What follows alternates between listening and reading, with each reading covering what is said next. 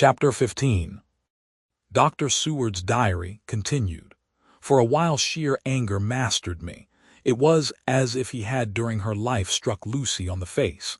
I smote the table hard and rose up as I said to him, "Doctor Van Helsing, are you mad?"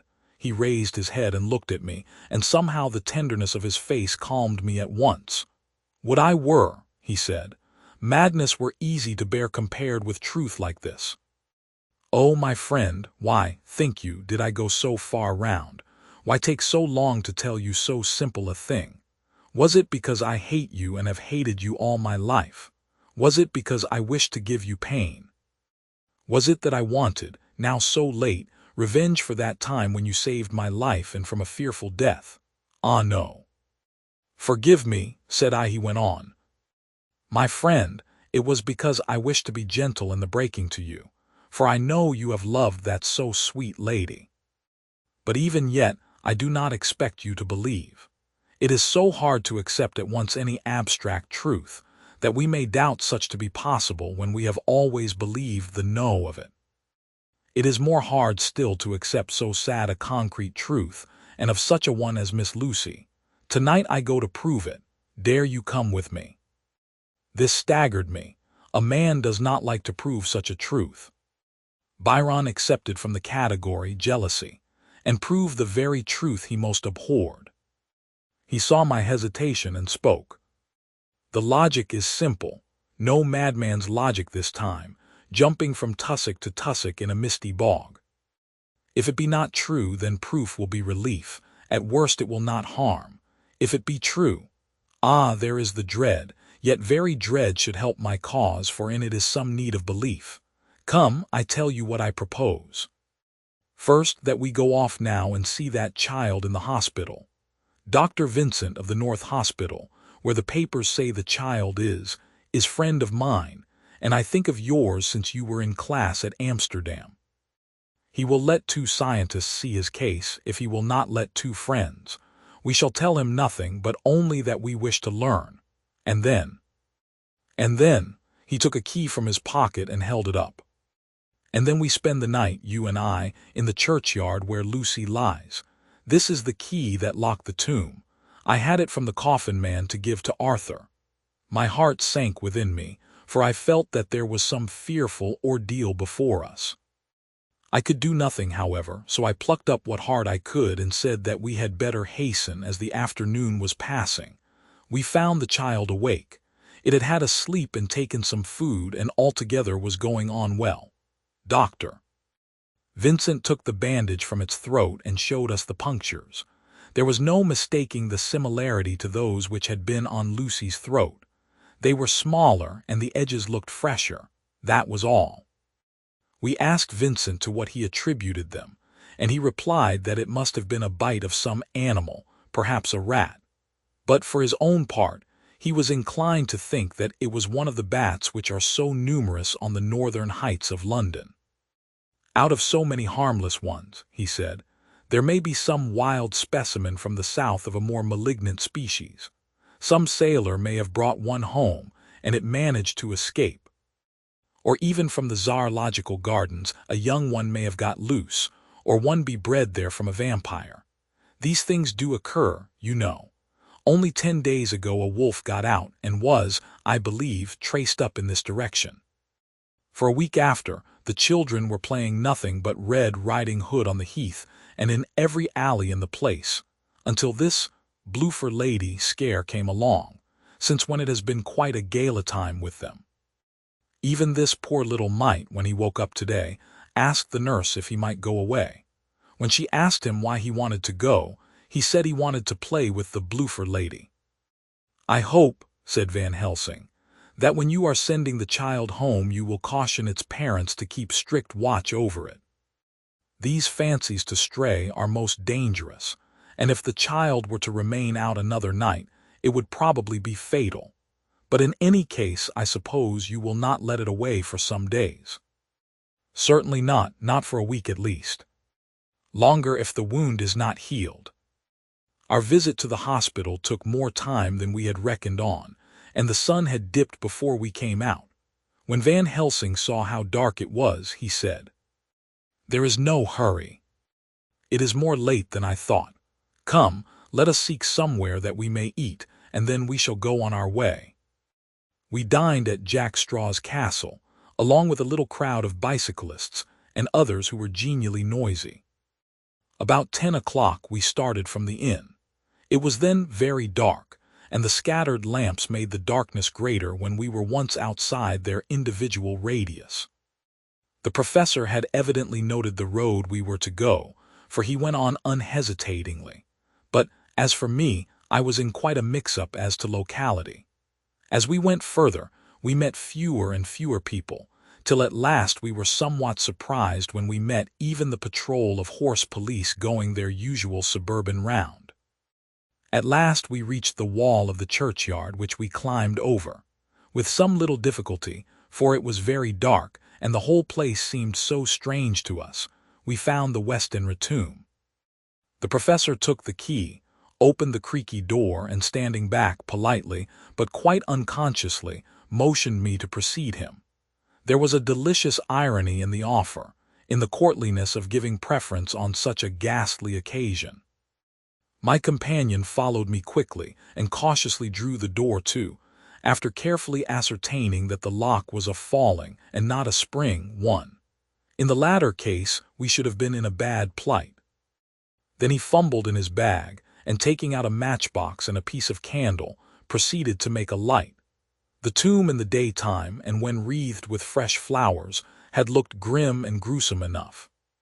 But now, some days afterwards, when the flowers hung lank and dead, their whites turning to rust and their greens to browns, when the spider and the beetle had resumed their accustomed dominance, when time-discolored stone, and dust-encrusted mortar, and rusty, dank iron and tarnished brass, and clouded silver plating gave back the feeble glimmer of a candle, the effect was more miserable and sordid than could have been imagined. It conveyed irresistibly the idea that life, animal life, was not the only thing which could pass away. Van Helsing went about his work systematically, holding his candle so that he could read the coffin plates, and so holding it that the sperm dropped in white patches which congealed as they touched the metal. He made assurance of Lucy's coffin. Another search in his bag, and he took out a turnscrew. "What are you going to do?" I asked. "To open the coffin. You shall yet be convinced." Straightway he began taking out the screws and finally lifted off the lid, showing the casing of lead beneath. The sight was almost too much for me. It seemed to be as much an affront to the dead as it would have been to have stripped off her clothing in her sleep whilst living. I actually took hold of his hand to stop him. He only said, "You shall see," and again fumbling in his bag, took out a tiny fret saw. Striking the turnscrew through the lead with a swift downward stab which made me wince, he made a small hole which was, however, big enough to admit the point of the saw. I had expected a rush of gas from the wee-cold corpse. We doctors, who have had to study our dangers, have to become accustomed to such things, and I drew back towards the door. But the professor never stopped for a moment. He sawed down a couple of feet along one side of the lead coffin, and then across, and down the other side. Taking the edge of the loose flange, he bent it back towards the foot of the coffin, and holding up the candle into the aperture, motioned to me to look. I drew near and looked. The coffin was empty. It was certainly a surprise to me and gave me a considerable shock, but Van Helsing was unmoved. He was now more sure than ever of his ground, and so emboldened to proceed in his task. "Are you satisfied now, friend John?" he asked. I felt all the dogged argumentativeness of my nature awake within me as I answered him. "I am satisfied that Lucy's body is not in that coffin. But that only proves one thing." "And what is that, friend John?" "That it is not there." "That is good logic," he said, "so far as it goes. But how can you account for it not being there?" "Perhaps a body snatcher," I suggested. "Some of the undertaker's people may have stolen it." I felt that I was speaking folly, and yet it was the only real cause which I could suggest. The professor sighed. "Ah, well," he said, We must have more proof. Come with me. He put on the coffin lid again, gathered up all his things and placed them in the bag, blew out the light, and placed the candle also in the bag. We opened the door and went out. Behind us he closed the door and locked it. He handed me the key, saying, "Will you keep it? You had better be assured." I laughed. It was not a very cheerful laugh, I am bound to say, as I motioned him to keep it. "A key is nothing," I said. "There may be duplicates. And anyhow it is not difficult to pick a lock of that kind." He said nothing, but put the key in his pocket. Then he told me to watch at one side of the churchyard whilst he would watch at the other. I took up my place behind a yew tree, and I saw his dark figure move until the intervening headstones and trees hid it from my sight. It was a lonely vigil. Just after I had taken my place I heard a distant clock strike 12, and in time came 1 and 2. I was chilled and unnerved, and angry with the professor for taking me on such an errand and with myself for coming. I was too cold and too sleepy to be keenly observant, and not sleepy enough to betray my trust, so altogether I had a dreary, miserable time. Suddenly, as I turned round, I thought I saw something like a white streak, moving between 2 dark yew trees at the side of the churchyard farthest from the tomb. At the same time, a dark mass moved from the professor's side of the ground and hurriedly went towards it. Then I too moved, but I had to go round headstones and railed-off tombs, and I stumbled over graves. The sky was overcast, and somewhere far off an early cock crew.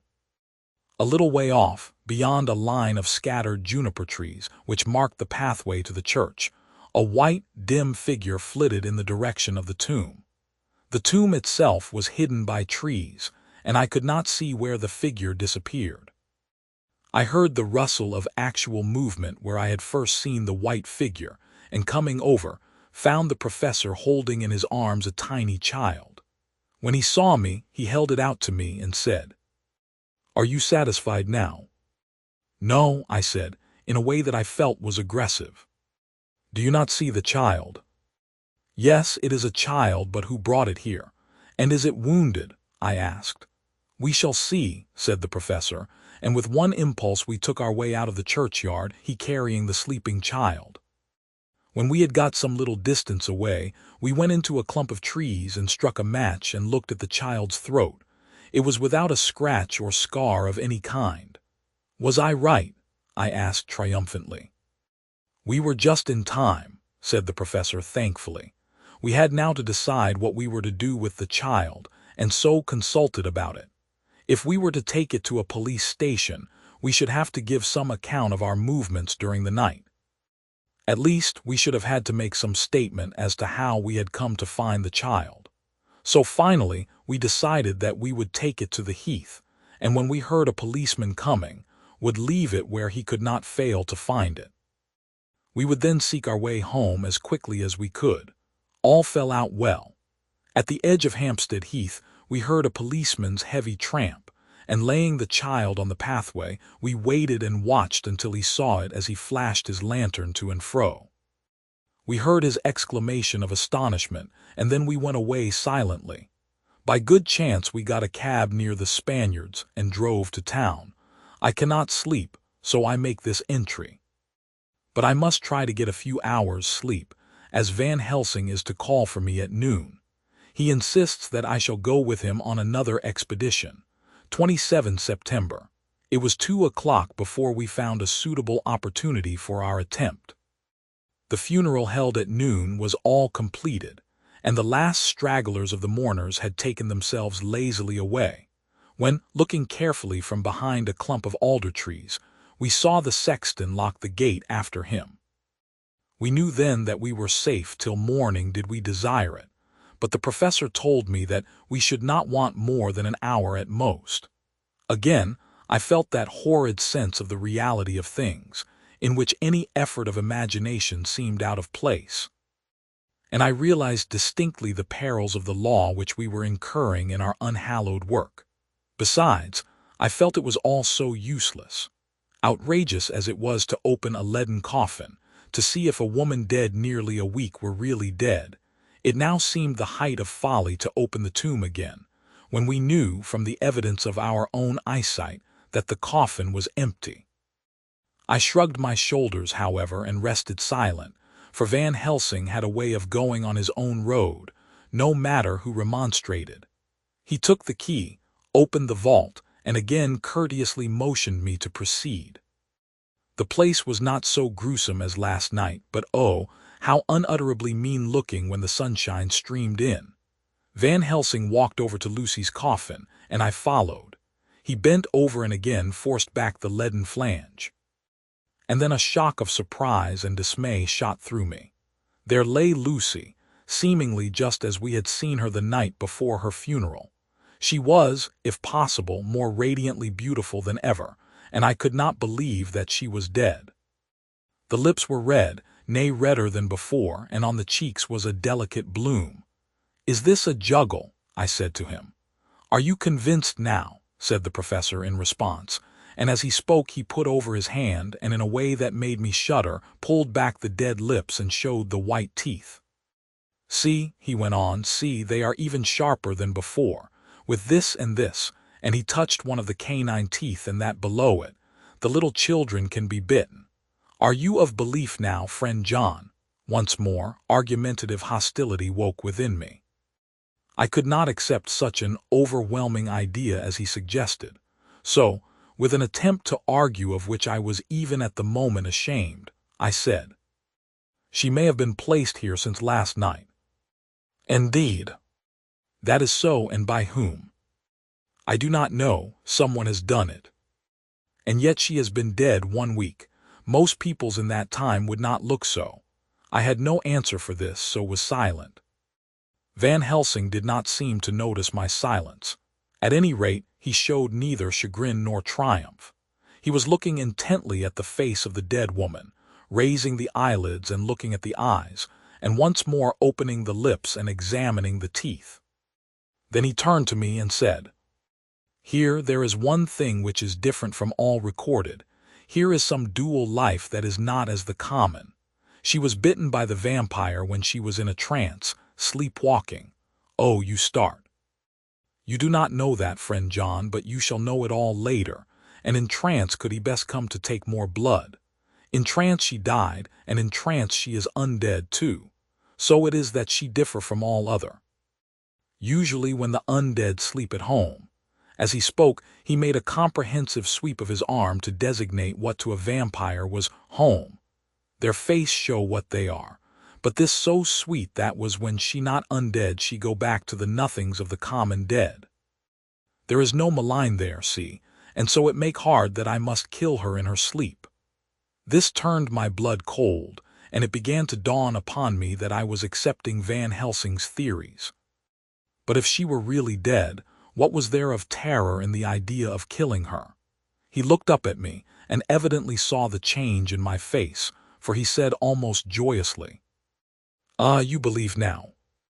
I answered, "Do not press me too hard all at once. I am willing to accept. How will you do this bloody work?" "I shall cut off her head and fill her mouth with garlic, and I shall drive a stake through her body." It made me shudder to think of so mutilating the body of the woman whom I had loved. And yet the feeling was not so strong as I had expected. I was, in fact, beginning to shudder at the presence of this being, this undead, as Van Helsing called it, and to loathe it.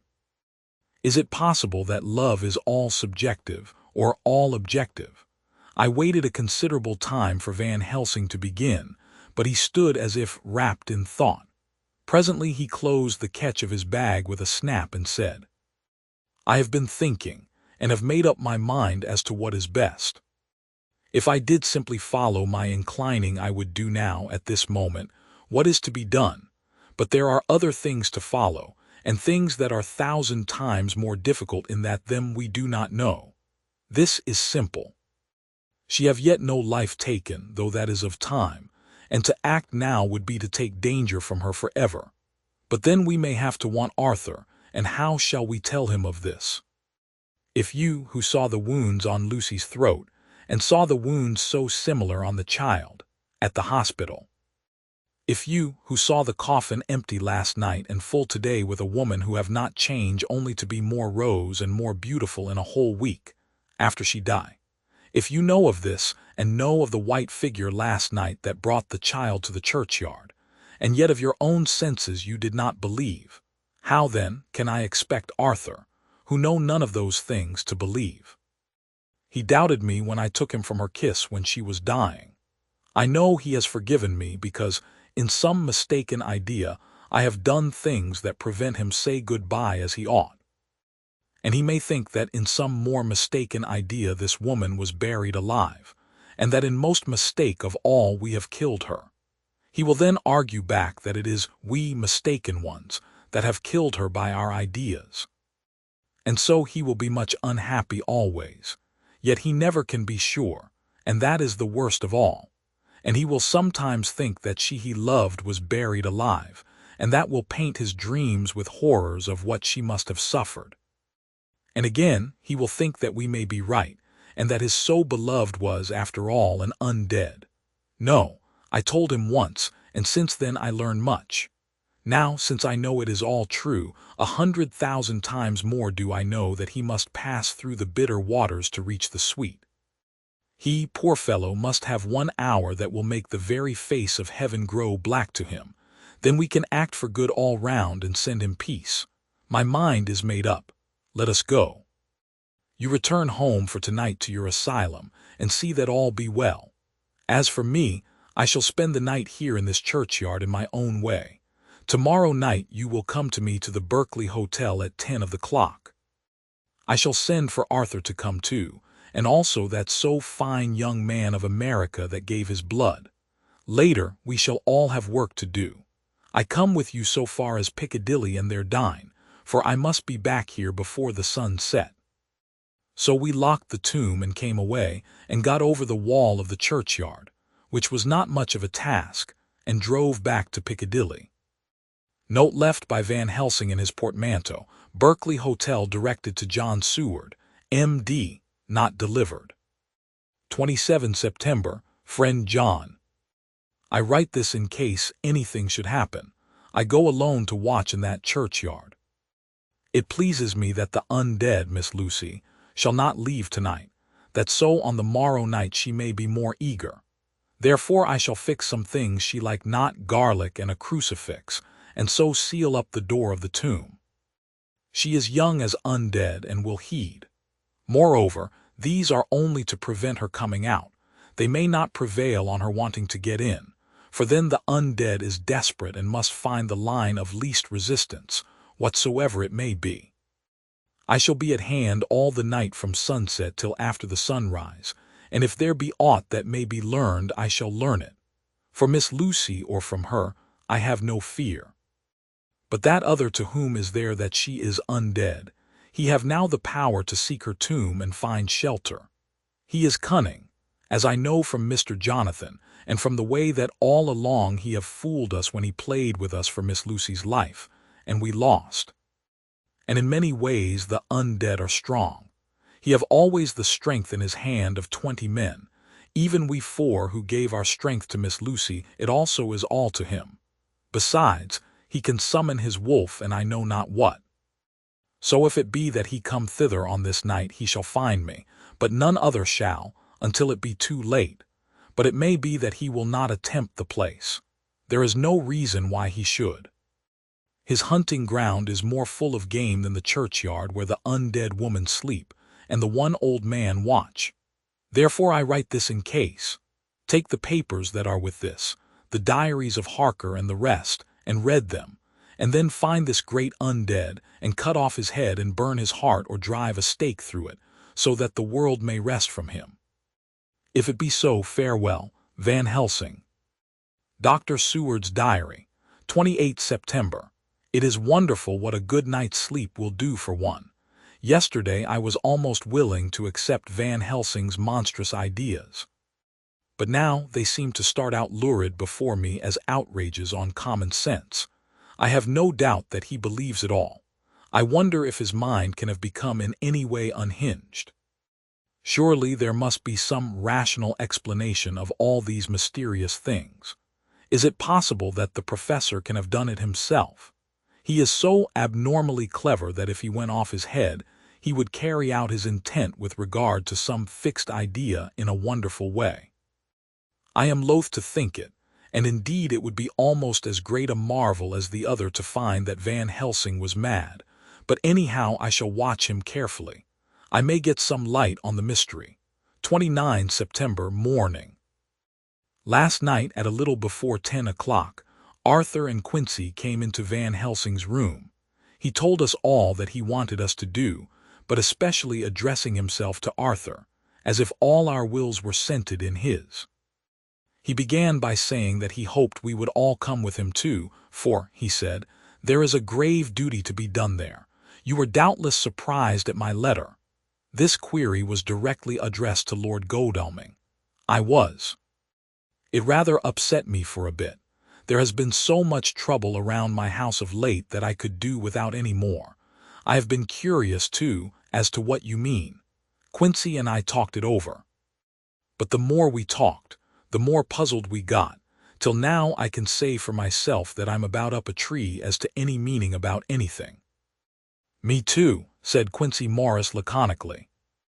Oh, said the professor, then you are nearer the beginning, both of you, than friend John here, who has to go a long way back before he can even get so far as to begin. It was evident that he recognized my return to my old doubting frame of mind, without my saying a word.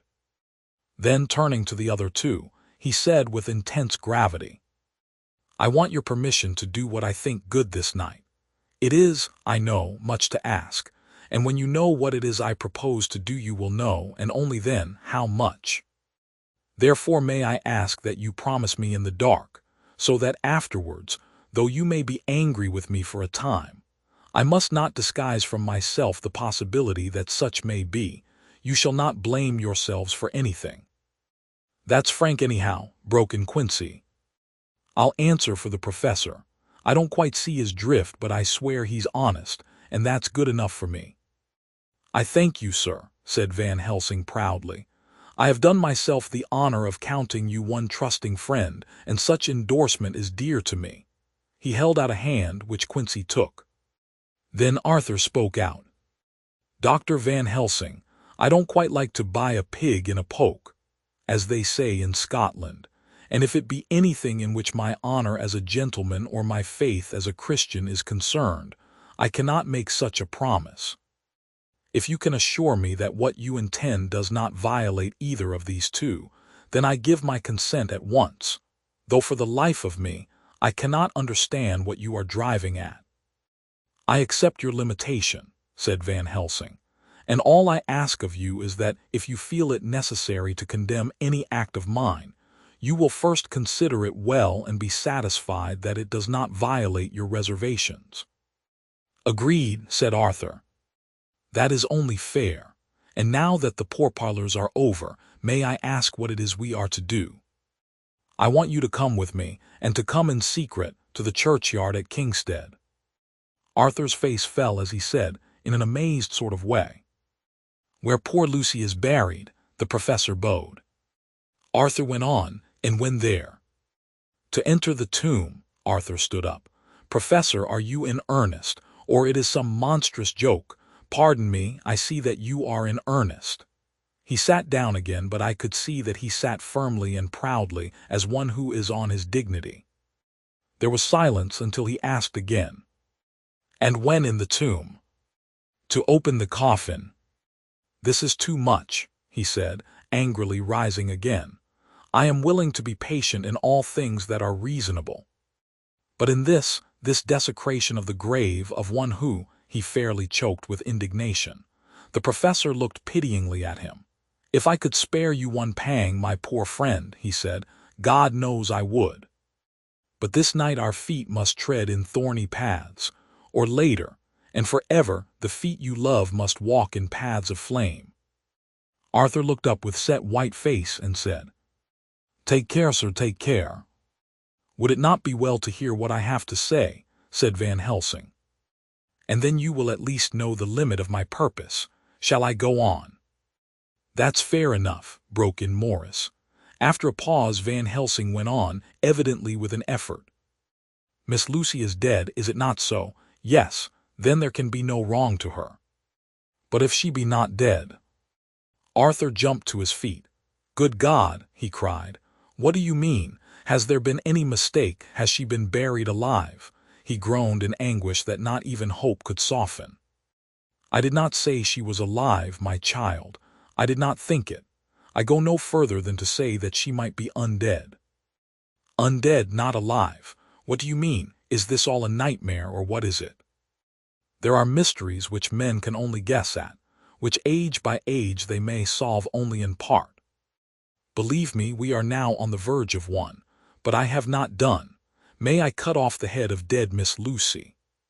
"Heavens and earth, no!" cried Arthur in a storm of passion. "Not for the wide world will I consent to any mutilation of her dead body. Dr. Van Helsing, you try me too far. What have I done to you that you should torture me so?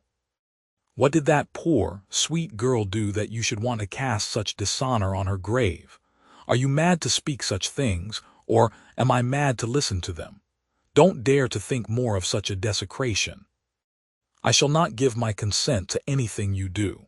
I have a duty to do in protecting her grave from outrage, and by God, I shall do it." Van Helsing rose up from where he had all the time been seated, and said, gravely and sternly, "My Lord Godalming, I too have a duty to do, a duty to others, a duty to you, a duty to the dead. And by God, I shall do it. All I ask you now is that you come with me, that you look and listen.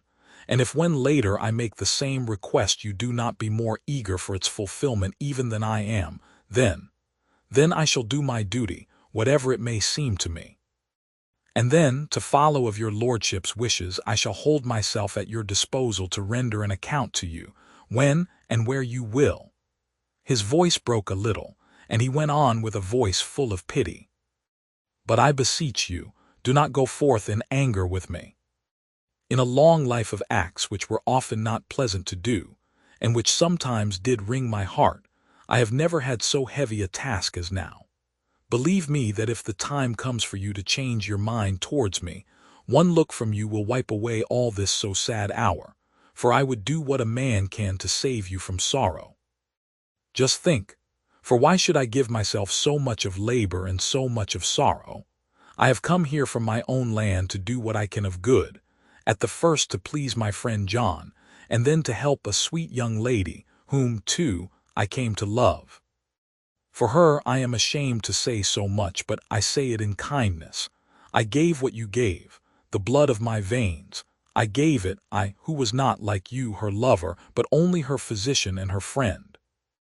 I gave to her my nights and days, before death, after death, and if my death can do her good even now, when she is the dead undead, she shall have it freely." He said this with a very grave, sweet pride, and Arthur was much affected by it. He took the old man's hand, and said in a broken voice, "Oh, it is hard to think of it, and I cannot understand, but at least I shall go with you and wait.